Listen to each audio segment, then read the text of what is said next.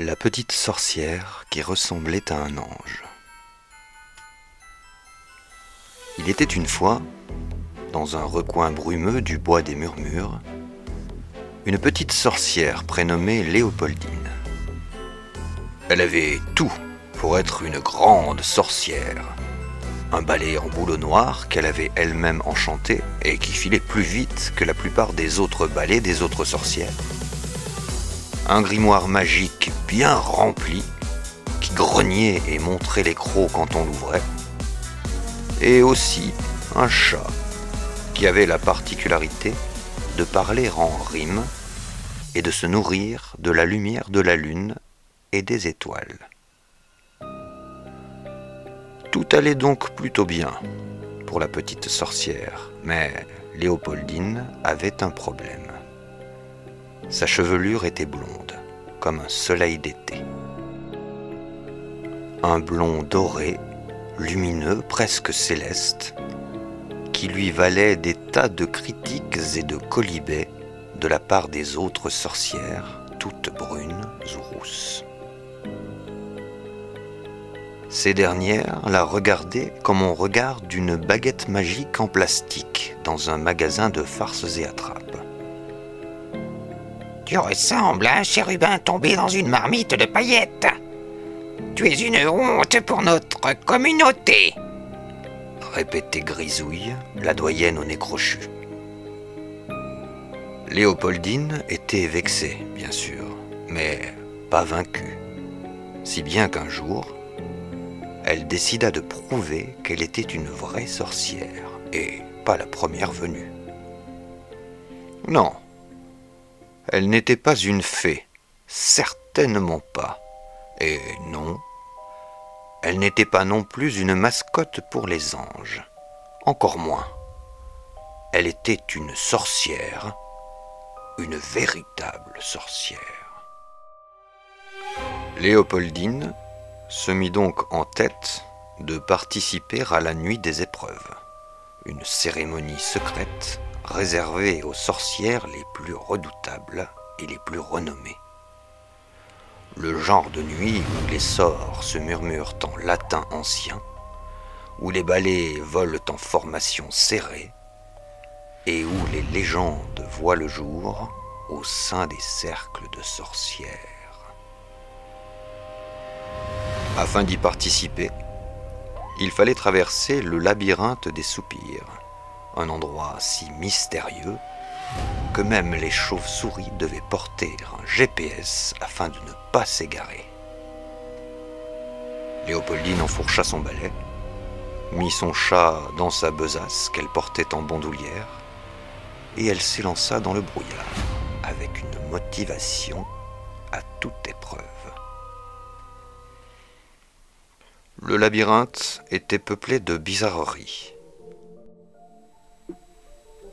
Il y avait des horloges qui tournaient à l'envers et qui transformaient le temps en des tics et des tacs, ressemblant à de petites araignées qui tissaient ensuite des toiles pour retenir les souvenirs des gens. Il y avait des statues qui pleuraient des larmes roulant sur le sol avant de se changer en pierres précieuses maudites qu'il ne fallait surtout pas ramasser. On raconte que ces statues déprimaient depuis la nuit des temps. Et il y avait aussi un vieux hibou, perché sur la branche tordue d'un arbre millénaire et dont les yeux, grands comme des soucoupes, ressemblaient à deux lunes fanées. Léopoldine stabilisa son balai à hauteur du vieux hibou, puis descendit, car elle savait que c'était un passage obligé de la nuit des épreuves que de se confronter à lui. Le hibou ne parla pas tout de suite. Il étudia la petite sorcière blonde de ses grands yeux, la fixa intensément, comme pour lire dans son âme, puis, d'une voix grave, comme si chaque mot avait été sculpté dans la profondeur de la nuit, il lui dit : « Je ne te demanderai pas ton nom, ni l'étendue de ton pouvoir, mais réponds simplement à cette énigme et tu traverseras. Qui est-ce qui ne peut être volé? À qui l'on ne peut donner? Et qui ne peut être perdu, mais que l'on oublie parfois d'être? Léopoldine resta silencieuse, à côté de son balai qui flottait tranquillement, le regard perdu dans ses pensées. Le vent s'était arrêté, comme pour écouter sa réponse, et son chat murmura. « Bon sang, ma chère, misère, voilà un bien beau mystère. J'ai beau être solidaire, je dois être sincère. Je ne sais que répondre et cela m'exaspère. » La petite sorcière blonde prit le temps de la réflexion, puis la solution lui apparut tout à coup. On ne peut pas se voler soi-même, tout comme on ne peut pas réellement se donner quoi que ce soit. On ne peut pas se perdre soi-même, mais on oublie parfois de l'être, justement. Alors, elle répondit. « Je crois que la réponse est soi-même, monsieur Hibou, n'est-ce pas ?» Le vieux volatile cligna lentement de ses grands yeux, hocha la tête, et le sol s'ouvrit au pied du grand arbre millénaire sur lequel il se tenait imperturbablement, révélant le passage vers le fameux labyrinthe. Après de longues heures de vol, au cœur du labyrinthe, Léopoldine trouva le grimoire des épreuves qui était posé sur un autel de pierre. Pour entrevoir la sortie, elle devrait réussir 3 défis, chacun plus étrange et plus complexe que le précédent. Le premier défi consistait à réveiller un souvenir oublié. Dans une salle tapissée de miroirs, Léopoldine devait parvenir à faire surgir un souvenir que le lieu avait perdu. Elle ferma les yeux, murmura un chant ancien et une image apparut.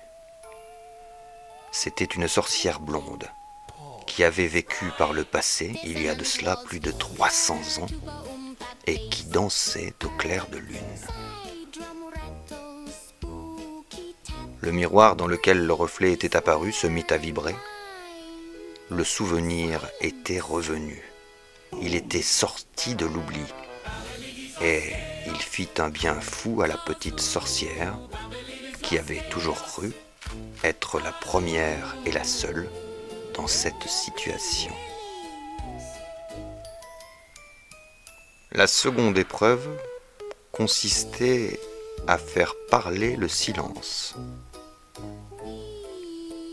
Dans une pièce sans bruit, sans écho et sans le moindre souffle, Léopoldine devait parvenir à faire entendre quelque chose, un propos, un son, et à le faire résonner, ce qui semblait proprement impossible.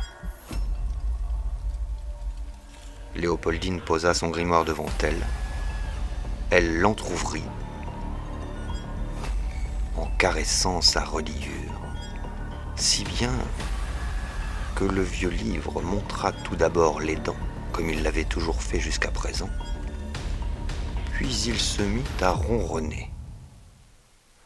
En écho à cela, le chat de Léopoldine se mit à raconter son histoire, celle du chat qui ne parlait qu'avec des rimes, et aussi incroyable que cela puisse paraître, la voix du félin résonna dans l'espace.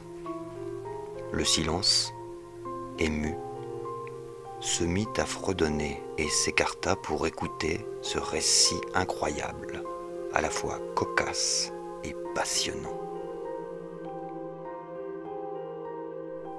La troisième des épreuves, enfin, consistait à faire changer le regard d'un cœur fermé. Ce dernier défi était de très loin le plus difficile. Il s'agissait de faire changer d'avis une des sorcières qui avait rejeté Léopoldine. Grisouille était donc là, les bras croisés, le sourcil relevé, la bouche pincée et l'air sévère. Léopoldine ne lança aucun sort. Elle s'approcha simplement de la vieille sorcière et lui tendit une fiole. Cette dernière contenait un filtre de mémoire, autrement dit, un souvenir. Il s'agissait de celui de la salle au miroir, celui de la sorcière blonde qui, jadis, dansait au clair de lune. Vois-tu, Grisouille, elle aussi était différente, et pourtant, elle a marqué l'histoire, au point que son souvenir est demeuré par-delà les siècles, n'est-ce pas ? Fit Léopoldine d'une voix douce mais convaincue. Grisouille la dévisagea un instant, prit le temps de s'imprégner de ce souvenir qui venait de si loin en arrière que même elle n'était pas née alors, puis son visage, jusque-là fermé, se fendit d'un sourire chaud et bienveillant, un véritable sourire, de ceux qui ornent les citrouilles le soir d'Halloween et qui font virevolter les balais dans le ciel et rebondir les chaudrons lors des sabbats. Léopoldine venait d'obtenir le droit de traverser le labyrinthe des soupirs, et par là même, elle venait aussi de remporter le droit de participer à la prestigieuse nuit des épreuves qui aurait lieu dans quelques semaines. Elle était fière de ce qu'elle venait d'accomplir et elle anticipait déjà ce grand moment qui arriverait tout bientôt. Mais ceci est une autre histoire. La magie la plus puissante n'est pas celle que l'on lance, mais celle que l'on incarne. Être soi-même est à la fois un des sorts les plus audacieux et les plus contagieux.